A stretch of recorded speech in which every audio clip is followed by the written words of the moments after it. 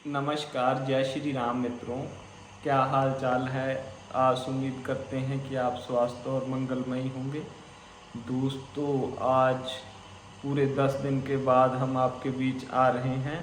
दोस्तों, ऐसा था कि कुछ विषय ही ऐसे थे जिनसे कि हमें बहुत सोचना पड़ा। तो दोस्तों, आज हम दो विषयों को कवर करेंगे, जिनमें एक है हेल्थ और दूसरा है शेयर मार्केट।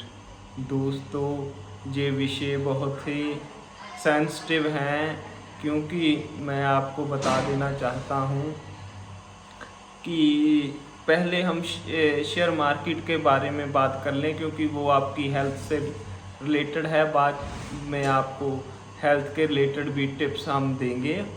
दोस्तों, मैं आपको बता देना चाहता हूँ कि आप शेयर मार्केट में जो क्रैश हुआ है, ये पूरे 28 साल बाद हुआ है।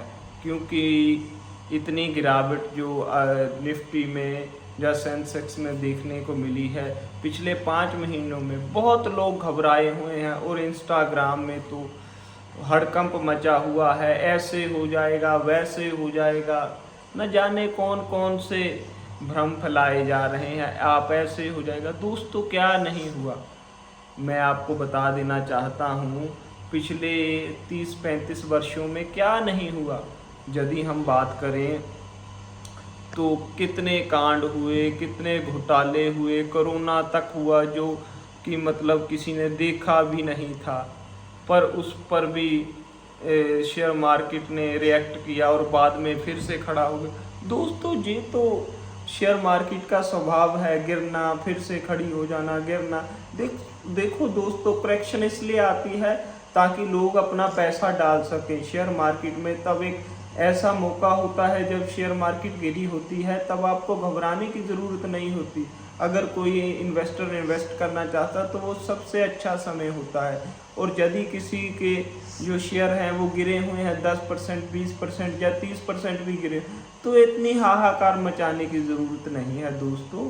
वो फिर से खड़े होंगे। जब आपको 100-100, 200-200, 300-300, 400-400% रिटर्न देते हैं, तब तो आप हाहाकार नहीं मचाते। और सिर्फ 30% गिर जाने पर ही हो हल्ला मचाने लगते हैं कि क्या हो गया, ऐसा क्यों हो गया।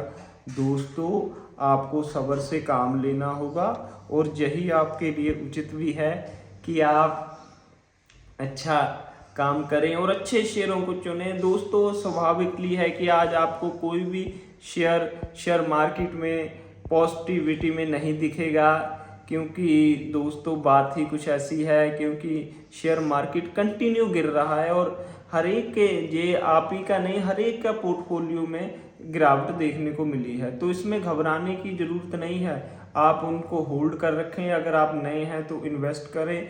यदि आपके पास पैसा है तो एवरेज कर लें। बहुत अच्छी बात है कि यदि आपके पास पैसा है तो शेयरों को एवरेज करें और अच्छे अच्छे शेयर खरीदें, और अच्छे सलाहकार से ही सलाह लेकर शेयर मार्केट में शेयर खरीदें। किसी भी के कहने या इंस्टाग्राम पर देख लेने या किसी भी और सोशल प्लेटफॉर्म पे देखकर आप अपना पैसा इन्वेस्ट ना करें। आपका पैसा है, फैसला भी आपका होना चाहिए, और अक्लमंदी वाला फैसला लें। तो ये दोस्तों शेयर मार्केट के बारे में न्यूज़ थी। और शेयर मार्केट दोबारा बहुत जल्द हम देखेंगे कि उठकर खड़ा हो गया है और दौड़ने लग गया है। जो आपके चेहरे पर मुस्कान अभी चली गई है, वो फिर से चेहरे पर खिलखिलाएगी। दोस्तों, अब हम बात करने वाले हैं हेल्थ के बारे में। दोस्तों, आजकल हम जो प्रॉब्लम्स इंडिया में देख रहे हैं, भारत में देख रहे हैं, उसका मुख्य कारण क्या है। दोस्तों, बहुत समय पहले जब जो यूरोप में या वेस्टर्न में जो खाने खाए जाते थे दोस्तों, उनको हमेशा ही कॉन्स्टिपेशन की समस्या रहती थी, क्योंकि वो ज़्यादातर बासी खाना ही खाते थे, जिसमें ब्रेड आ जाती है या बेकिंग के कई प्रोडक्ट्स आ जाते हैं, न्यूडल्स आ जाते हैं, बर्गर आ जाते हैं, ऐसी पिज़्ज़ा वगैरह बहुत सी चीज़ें हैं जो कि बहुत स्लोली डाइजेस्ट होती हैं और हमारे जलवायु के हिसाब से भी ये अनुकूल, हमारे शरीर के अनुकूल नहीं है। तो दोस्तों जब उन्होंने देखा कि भारत वाले जो उनको जो में बेसिकली समस्या रहती थी वो कॉन्स्टिपेशन की समस्या रहती थी, 1 दिन 2 दिन 3 दिन 4 दिन वो जाते उनका पेट ही हल्का नहीं होता था दोस्तों। इसके कारण उन्हें कई समस्याएं आती थी। जब पर भारत में उन्होंने आकर देखा, भारत में आकर देखा तो लोग एक दिन में 2-2 बार भी जिनको टॉयलेट आती थी, अपना पेट साफ होता था दोस्तों। तो ये कारण थे कि उन्होंने देखा कि ऐसा क्यों है, क्योंकि हमारे खाने में फाइबर बहुत ही ज़्यादा मात्रा में था, क्योंकि हम ज़्यादातर जो अनाज इस्तेमाल कर रहे थे तब कर रहे थे वो मोटे अनाज ही थे, जैसे कि मकई, ज्वार, बाजरा। अगर गेहूं का बहुत कम इस्तेमाल होता था, अगर गेहूं का इस्तेमाल होता था तो उसमें काले चने और कई 1-2 तरह की और भी चीज़ें मिलाई जाती थी जिससे कि वो बैलेंस हो जाता था। पर आज तो हम क्या देख रहे हैं कि हमने इन मोटे अनाजों को बिल्कुल ही त्याग दिया है, बिल्कुल ही त्याग दिया। और पिज़्ज़ा, बर्गर जो पश्चिम की तरफ से आए हुए जो कि व्यंजन हैं उनकी तरफ टोटली हम डाइवर्ट हो गए हैं, उन पर निर्भर हो गए हैं।